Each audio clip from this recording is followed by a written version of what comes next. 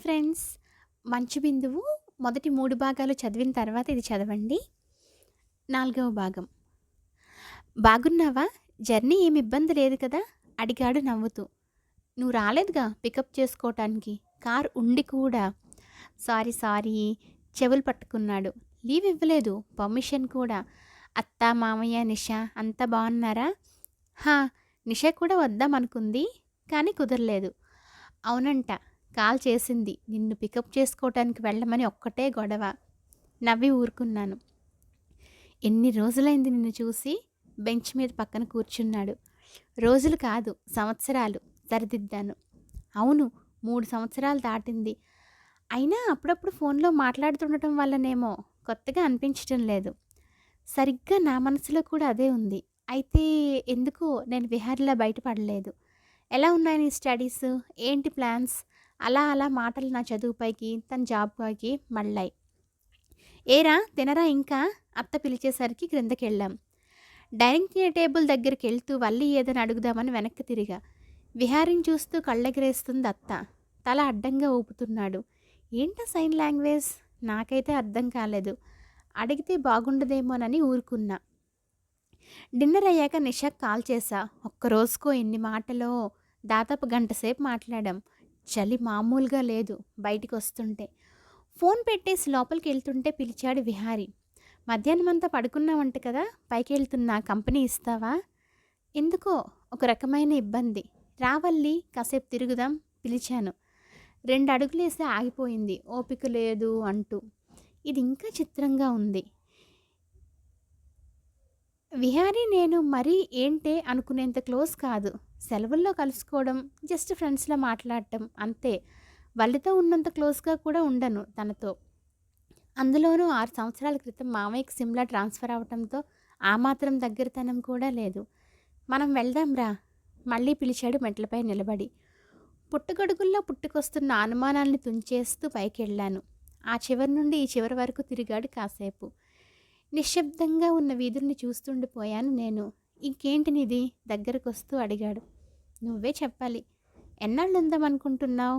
10, 15. ఆగాగు, మధ్యలోనే ఆపేశాడు. ఇంత దూరం 2.5 రోజులు జర్నీ చేసి వచ్చింది 15 రోజులకా? చూద్దాం. నాన్నతో మాట్లాడావా? తలూపాను. హైదరాబాద్లో చూపిద్దాం ఇంకోసారి. వేస్ట్ నిధి, ఎవ్వరికి చూపించినా ఒక్కటే మాట. నేను మళ్ళీ ఆశలు పెంచుకుంటే రెండింతలు బాధపడాలి. తన గొంతు మారిపోయింది. టక్కున అటువైపు తిరిగాడు. ఆ కళ్ళల్లో నీళ్లు నేను చూడకూడదనేమో. రిలాక్స్. సంకోచంగా భుజంపై చెయ్యేశాను. పర్లేదు, అమ్మ వల్లీలా కనీసం ఏడవలేను కూడా. నేను ఏడిస్తే వాళ్ళిద్దరూ ఇంకా భయపడిపోతారు. చాలాసేపు అలానే ఉండిపోయాం మౌనంగా. అవును, మామయ్య నీతో ఏమైనా చెప్పారా? సడన్గా అడిగాడు. డాడీనా? దేని గురించి? నన్ను తప్పుగా అనుకోవు కదా? విహారి మాటల్లో తడబాటు. నా గుండె టకటకా కొట్టేసుకుంటుంది. నాన్న బాగా భయపడిపోతున్నారు. తనకేమన్నా అయితే ఇంటి పరిస్థితి ఏంటని. వాళ్ళు చదువు ఇంకా అవ్వలేదు. అమ్మకంత లోకజ్ఞానం లేదు. ఆగి నా వైపు చూశాడు. ఏం చెప్పాలనుకుంటున్నాడు? సగం భయం, సగం టెన్షన్. నాకు భారీగా వచ్చే అమ్మాయి ఏమాత్రం స్వార్థంగా ఆలోచించినా అమ్మ వల్లి పరిస్థితి ఏమైపోతుందోనని నాన్న భయం. టెన్షన్గా చూశాడు. ఇదేమన్నా సీరియలా ఇన్ని బ్రేక్స్ ఇవ్వటానికి? తిట్టుకున్నా. నువ్వైతే బాగుంటుందని. బాంబు పేల్చేశాడు. ఏం విన్నానో తెలియని స్థితి. చాలా కోపం వచ్చింది. అంటే డాడీకి తెలిసి కూడా చెప్పలేదు. అసలు విహార్ గురించి నాకేం తెలుసని వాళ్ళు అనుకుంటే చాలా కోపం వచ్చేసింది. సారీ, నీ పరిస్థితి ఊహించగలను. కానీ నెల రోజుల నుండి నాన్న అదే చెప్పి మా అందరినీ ఒప్పించారు. తలదించుకున్నాడు. ఇక్కడికి వచ్చిన ఆనందమంతా చటుక్కుని పారిపోయింది. పిచ్చి కోపం వచ్చేస్తుంది. అత్తతో మామయ్యతో మాట్లాడారు.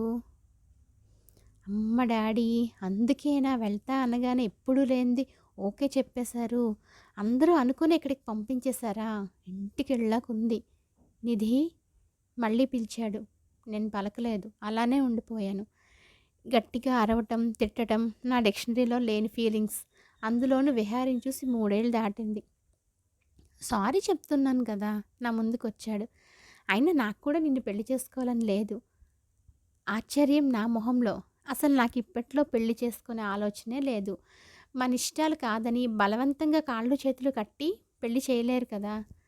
కొంచెం టెన్షన్ తగ్గింది. హ్మ్. నిజమే. డాడీ నా ఇష్టం లేకుండా అంత పెద్ద నిర్ణయం ఎప్పటికీ తీసుకోరు. మామయ్యపై ఎంత గౌరవం ఉన్నా కూడా. ఇప్పుడైనా నా మాట వింటావా?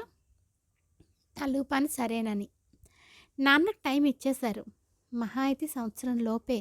విహారి గొంతు వణికిపోతోంది. అందుకని ప్రస్తుతానికి సరే అందాం. నాన్న మాటిచ్చారు కనుక మనం ఓకే అన్నా పెళ్లి, ఎంగేజ్‌మెంట్ అలాంటివేమి ఇప్పుడు అనను. నీకు తెలుసు కదా నాన్నకి చదువంటే ఎంత ఇష్టమో. మరో పిడుగు పడింది నా తలపై. అనవసరంగా ఇక్కడికొచ్చాను. కర్మ కాకుంటే డాడీ చెప్పగానే ఎగిరెగిరి బయలుదేరాను. మనసులోని చెంపలు వాయించుకున్నాను. ఏమంటావు? అడిగాడు. ఏమనాలి? అంతా నా రాత.